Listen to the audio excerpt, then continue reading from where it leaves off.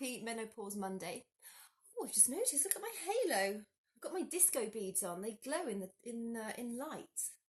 I thought I'd scoop my hair out of the way because it was just like annoying. Actually, I'm trying to look like a princess. Is it working? But I've just realised I'm all aglow. Woohoo! Disco beads, if you're watching this, I still need to get some. So today I'm talking about the do's and don'ts of exercise in the menopause. And it's pretty simple, really. Now, there are a lot of people out there, not just menopausal people. Oh, damn, I forgot my bread's in the oven. I must go and get my bread out in a minute. Brain fog. A lot of people out there who complain about a lack of motivation and they feel too tired to exercise. I get that. I wake up on days where I really don't feel like exercising too. Although I'm an online health and fitness coach, there are days that I actually have to kind of make myself press play, as surprising as that might sound. But do you know what? When you think about it, our health is our greatest asset. And if we allow our excuses, I'm not going to be like an exercise terrorist, but if we allow our excuses to just be the reason for not doing something today and not doing something tomorrow and not doing something the day after, and on it goes. Thank you for the heart. Hey Jackie, lovely to see you. And oh, thank you Anil for the compliment of my beautiful hair. It's terrible. I look like Wurzel Gummidge. That's why I'm trying to put it out of the way. You know, it's very easy to just use that as an excuse. It's like, oh, I'm fatigued. Oh, I'm menopausal. I just don't feel like it. Menopause is not a medical issue. It's something that all women go through if we're lucky enough to reach this age of life. And sometimes I think we all need to kick ourselves in the bum a bit because we could probably all do something. The human body absolutely requires that we move on every level. On every cellular level, we need to move the body. It doesn't need to be hours in the gym. In fact, you shouldn't be hours in the gym sweating it out. I will talk about the best exercises for menopause in a minute. But we do need to move, whether that's walking the dog, swimming, cycling, house cleaning. That can help burn up quite a few calories and keep you quite fit. Hey Cookie, nice to see you. So, you know, I think it's very easy to use fatigue and all the other excuses as an excuse. Exercise actually energizes us. It makes the mitochondria in our cells, which are the little powerhouses, it gives them energy. So when those have got energy, our whole system works better. We can help get rid of constipation. It helps improve our skin. It helps boost our levels of HGH, human growth hormone, which drop off fast as you get through the menopause. Human growth hormone is like, a lot of people call it like the secret fountain of youth. And it is absolutely essential for optimal health. But as we go through menopause, it drops off. A bit like muscle atrophy, we get that starts as we go through the menopause. It gets really fast, so the decaying, the dying off of our muscles. Osteoporosis, brittle bones. Osteopenia, softening of bones. There's a lot of reasons why we need to be moving our bodies. So, however you do it, just do something. Even if it's just walking, but do something that gets your heart beat raised a little bit. You don't want to just be walking so slowly that you may as well have just stayed sitting down. Yoga's fantastic. Pilates is fantastic. Kinetics is fantastic. Rebounding, brilliant, particularly if you've got good pelvic floor health.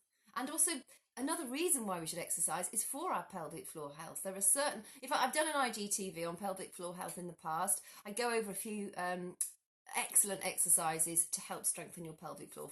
So go and find that if you want to learn more about pelvic floor health.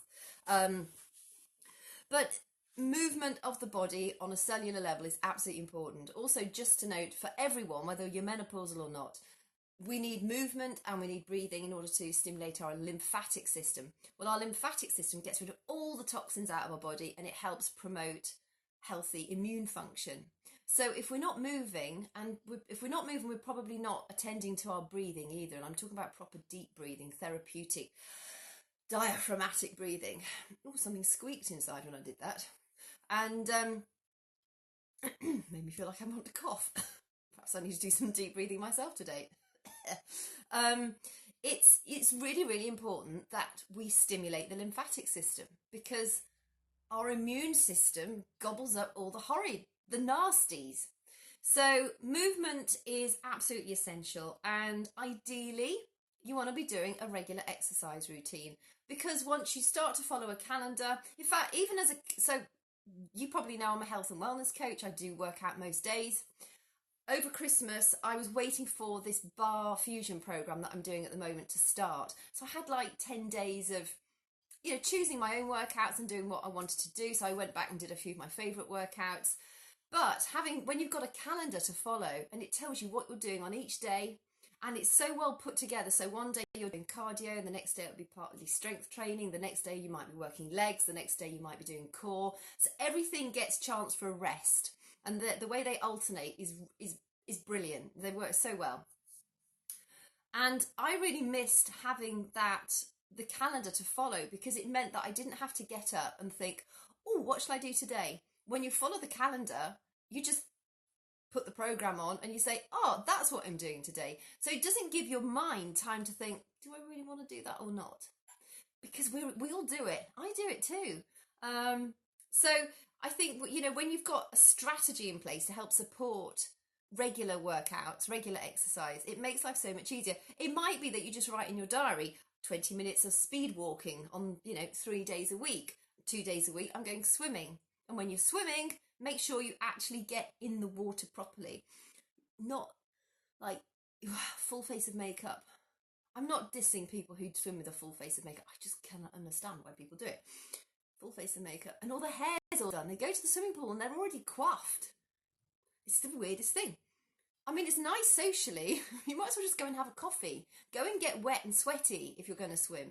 Make your heart rate rise, and then have a chat afterwards with a cup of coffee. So my whole sort of point about this is movement is essential. However you do it, ideally find something that you enjoy doing, because if you enjoy it, it'll be so much easier to do, and commit to a regular plan. Now, if you're new to exercise, actually let me know, because I've got some awesome free workouts that I can send you. They're really gentle. One of them is based on Tai Chi. I've got some other really sort of like good beginner level workouts. But if you're new to exercise, it's really important that you don't overdo it to begin with, because you're going to really suffer afterwards. Delayed onset muscle soreness is a thing, and it'll be sort of, you can't walk up the stairs because your quads are on fire and you're so achy, and that in itself is really unpleasant. Thank you for the heart. So it's really important that you find something that's gentle and you take it steady. And if you're new to exercise, maybe work out one day or do your exercise one day. Certainly have a rest day the next day. It gives your body time to relax and recuperate. And also make sure that you're adding in plenty of stretching, because I think, again, a lot of us will do the exercise, but then we don't stretch afterwards. And as we get older, particularly through the menopause, our muscles start to contract, we get stiffer. It's really important that we are, maintaining our flexibility, but also stretching out our muscles once they've been used, because, like I work out very regularly. If I didn't stretch after a workout, I would be sore the next day and my muscles would be tight. So it's really, really important that you do, make sure that you stretch. Just 5 minutes after every single workout. Do not skip your stretching. The stretching is as important as the exercise section of the workout. Also, just to on that point, as we get older, now when our estrogen levels fall, it affects centers of the brain. We've got different parts of the brain that have a lot of estrogen receptors. So when our estrogen levels fall, there's a lot of studies that point to the fact that accounts for some of the brain fog that we get, because our memory is affected. That memory center in the brain is affected where the estrogen receptors are.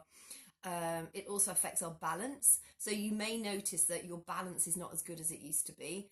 I've noticed it for sure. Definitely my balance is not as good as it was like 5 years ago. And so it's really important then that you are supporting yourself for your flexibility, for your balance, for joint movement. Actually, if we don't move, our joints have synovial fluid in them. They're synovial capsules, and so it's really important that we're moving our joints regularly in order to produce that synovial fluid, so that we can help combat some of the inflammation that some people get during the menopause. Another thing to bear in mind is with the brittle bones and softening of the bones. If people say, yeah, but I eat calcium or I drink calcium, that's fine. However, if you're not actually working the bones will only grow if they need to grow. So if you're not actually working the bones, and that means doing exercise like strength training exercise, something that involves gravity, so, sort of not necessarily pounding. That's why rebounding is so good, because it takes out that impact that you get with the earth, but you're still weight bearing. But that's why strength training is really good when you use weights or dumbbells or resistance bands. Because the muscles are pulling on the bones, the bones will also get stronger, which is just absolutely vital when we're going through the menopause. So another thing to bear in mind as we go through the menopause is that we have a couple of different types of bone cell. There's osteoclasts and there's osteoblasts. Osteoblasts build the bone, osteoclasts nibble away at the bone. And as we go through the menopause, we have more osteoclasts nibbling away at the bone than we do osteoblasts. The cells that build bones fall off significantly as we go through the menopause. So even more reason to be doing regular weight-bearing exercises, so that the calcium that we absorb, that we're eating in our food, is being used to rebuild the bone. But if you're not using the bone, the bones aren't going to ask for the calcium. So it's not about eating enough calcium. It's about eating calcium, but using your bones, using your muscles. Bones are living tissues. They're not just sticks. They're not solid bits of stone or rock. They are living, breathing bits of our anatomy. And so it's incredibly important that we actually help maintain our bone health as well as we go through the menopause. You hear of a lot of ladies getting older, they fall over and their pelvis breaks. That can actually shorten your life by quite a significant amount of years, apart from the pain it must cause and the inconvenience it causes. So our bone health is absolutely vital, and it's an integral part of making sure that we're doing regular exercise. And you'll find that if you're new to exercise, as you build up, as you get more used to it, your body will settle down. You may have 2 or 3 weeks when you're a little bit sore, but as long as you don't overdo it too much, you will improve. So the best sorts of exercise are a good combination of cardio, because you want that for your heart health and your lung expansion. Helps detox really well. Also, cardio exercise particularly helps to gobble up stress hormones. And we all know that as we go through the menopause, we get a bit stressy. So it's the cheapest, healthiest form of antidepressant you can take, is just get 20 to 30 minutes of cardio exercise under your belt most days. It's going to make a massive difference to you. So it does gobble up cortisol, which will help reduce belly fat, because cortisol tends to make us, when we're stressed, we hang on to belly fat more often. It'll help improve your metabolism, so you'll help burn more fat as well.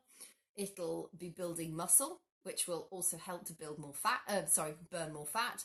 It'll be supporting your bone health, supporting your joint health, helping to keep those bits of the brain on balance that are getting a bit wobbly.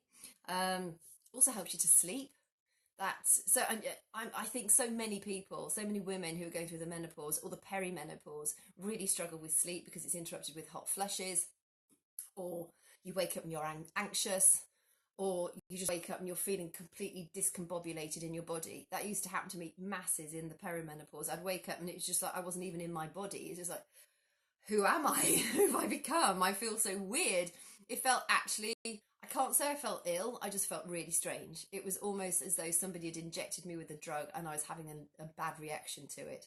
And I still feel like that when I have occasional hot flashes. I have to say, since I'm teetotal again, my hot flashes are pretty much vanished. If you drink wine or booze, and you don't need to drink booze, come off it it normally takes about 3 weeks actually to stop the hot flashes again. I went teetotal just before Christmas, drank through Christmas, went teetotal afterwards, and I noticed immediately as soon as I started drinking, it's like poof, it's like a volcano again. Stopped drinking, and I was thinking, I'm still having all these hot flashes, but within 2 to 3 weeks, they drop down to maybe 1 or 2 a day again. And when I have them, they're not massive like they used to be, and I don't get that horrible, almost nauseous feeling with them. So do bear that in mind. Alcohol may be triggering hot flashes on you, within you as well. So it's important to stay well hydrated when you are, obviously, any day. I mean, if I don't know if you know already, but to work out the amount of water you should be drinking, you weigh your body in pounds, divide that result by 2, and that's the amount of fluid ounces you should be drinking as a minimum every day. And if you're in menopause, you need to probably drink more because of all the hot flashes that you might well be having. Also, water is just really good for our cellular health. We're electrical inside us. We need water for our electrical impulses. Helps our joints, helps our skin, helps our digestive systems, helps our brain function. It's just absolutely vital that we're staying well hydrated. So say you weigh 140 pounds, you should be drinking at least 70 fluid ounces of water every single day. I know I drink normally about 2 pints more than I should do, just because I actually quite enjoy water. So I tend to just have a glass with me all the time, and I constantly drink throughout the course of the day. And that's about it, really. I think that's all I've got to say. I just think take it easy if you're new to working out or exercising. If you want any help or advice, or if you want those free workouts that I mentioned, just get in touch. I've got so many resources that I can send to you for free that will help you get started. And sometimes it's just like, well, what shall I do? That's the beauty of following a workout program, is that it's all laid out for you, whether it's beginner or whether you're intermediate or whether you're advanced. The program is designed in such a way that it takes account of everything that you need. So you get your cardio, you get your strength training, you get your recovery days, you get your stretching sessions, which, for anyone, regardless of how good you are at exercise, we all need a good combination of these exercises, because it's like long distance runners. They obviously their legs get a lot of use, their core to a degree, and obviously a huge amount of cardio, but there's not an awful lot of upper body work that goes into it. And it's really, really important that we have a really comprehensive way of working all the major muscle groups and the smaller ones too. That's what I love about the bar fusion program that I'm doing right now. It makes the tiny little muscles work, which is just like, whew, the burn, but it's worth it. It's working really well. So get in touch if you want me to get those freebies to you. If you've got any questions, either leave me a comment or send me a private message, or if you've got something that you want me to cover in future Menopause Mondays, send me a message and I'll add it to the roster. So you guys, thank you. Who's that? Oh, hi. Oh my God, I was just talking about this to my trainer today. Oh, really? About overall exercise. It is. It's just so, well, I hope your trainer's a good trainer. I'm sure he or she is. But yeah, it is. It's so important. Good overall plan. So remember, stay flexible, stay stable. Have a good plan that works every aspect of your body. It's going to help your myriad levels, and drink your water. Hope that helps. So I will catch you soon. Thank you for joining me.